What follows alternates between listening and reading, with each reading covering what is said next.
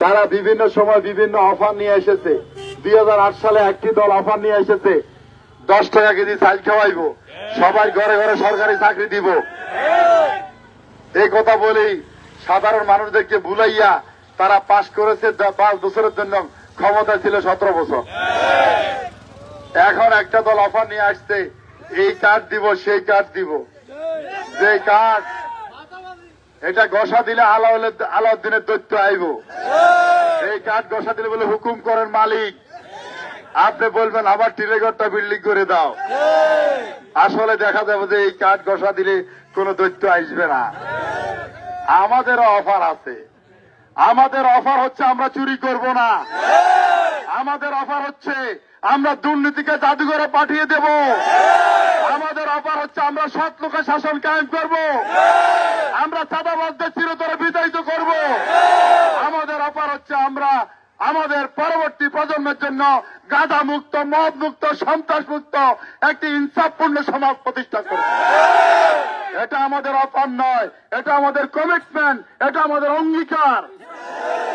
আজকের এই গভীর রজনীতে খোলা আকাশের নিচে রব্বুল আলামিনকে সাক্ষী রেখে ওয়াদা করছি, যদি আমাকে আপনারা নির্বাচিত করেন, আমি যদি আপনাদের সেবা করার সুযোগ পাই, ওয়াল্লাহে আপনাদের জন্য রাষ্ট্র থেকে যে বরাদ্দ আসবে তার 1 টাকা তৎসব করবো না ইনশাআল্লাহ।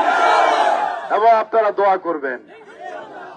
আমাদের স্বপ্ন আছে, আমরা লাকসামকে একটি জেলা বাস্তবায়নের জন্য আমরা ভূমিকা রাখবো, এটা আমাদের স্বপ্ন। আমরা মনোহরগঞ্জকে আধুনিক পৌরসভায় উন্নীত করবো ইনশাআল্লাহ। আমরা লাকসামকে জেলা করার জন্য নাতের ভেতরে আরেকটি উপজেলা সৃষ্টি করার ভূমিকা রাখবো ইনশাআল্লাহ।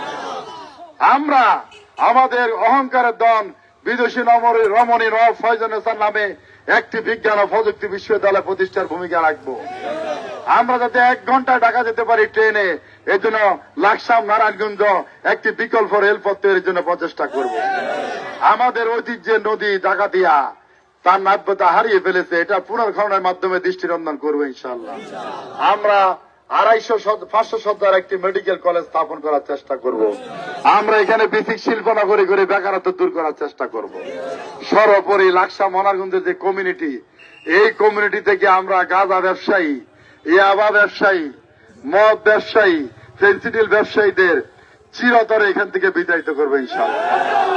আমাদের কোন প্রজন্ম যাতে মাদকাসক্তি ধ্বংস না হয়, এই ব্যাপারে আমরা কঠিন পদক্ষেপ নেব। আমরা নির্বাচিত হওয়ার অল্প সময়ের মধ্যে আমরা দুর্নীতিমুক্ত প্রশাসনকে ঢেলে সাজাবো। এখানে যে ইউনো আসবে, যে ওসিরা আসবে, আমরা বলে দিব যদি আপনি ঘুষ খাওয়ার অভ্যাস ছাড়েন থাকেন, নাহলে অন্য কোনো আসনে চলে যান। লাকসাম আসনে কোনো ঘুষখোর থাকার সুযোগ হবে না। আমরা আপনাদেরকে সাথে নিয়ে এগুলো করবো ইনশাআল্লাহ।